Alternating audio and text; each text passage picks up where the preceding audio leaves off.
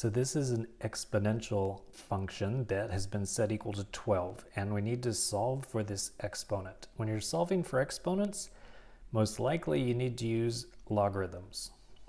So before doing that, another thing I want to point out is this one is going to have a solution, because on the right side, this is basically the compound interest formula. And it's saying if you invested $7, when is that going to grow to be $12?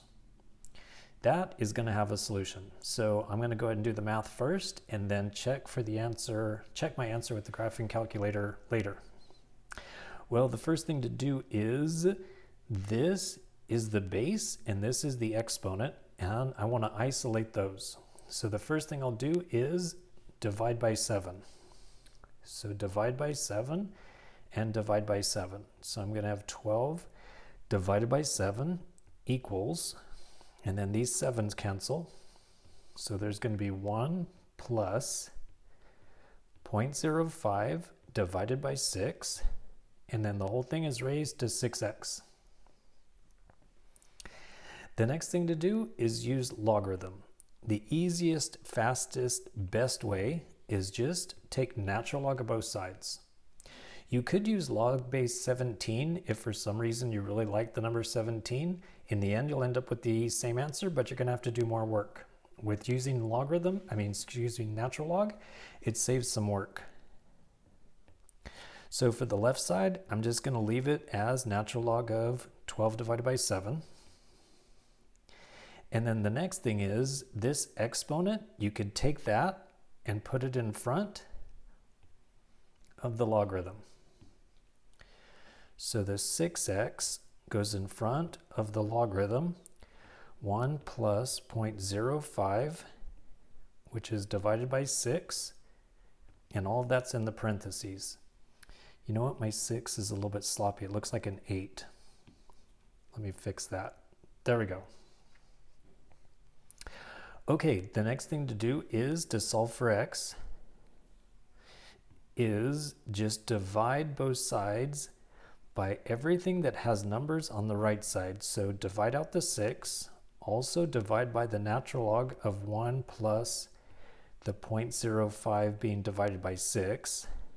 And then of course, if you do that on the right, also do that on the left.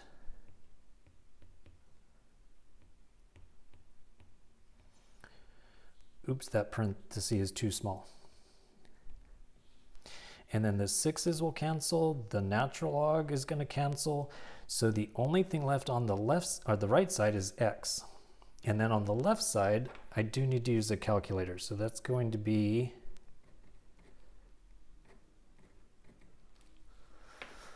switch over to the calculator. So first of all, there was the natural log of 12 divided by 7. And then I divided both sides, and then I definitely need to use parenthesis right here so the calculator knows all of this is what it got divided by. Both a 6 and a natural log of 1 plus the 0.05 divided by 6. And then I need 2 parentheses at the end. And it says that I get 10.825. So before I switch back to my work and write that down as my answer and circle it as my final answer, I want to graph and see if this is correct. So the original problem said 12 equals, so put 12 as one function, and then 7 parentheses, 1, not 7 parentheses, but 7 parenthesis, plus 0.05 divided by 6, and all of that was raised to 6x. And I got the answer 10.825. So when we go to the graph, do they intersect at 10? So they are intersecting, that's good news. And it says that x equals 10.825. Perfect. So now just go back to my work and write that as my answer, 10.825.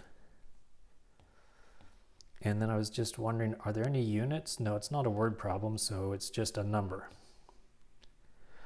So there we go.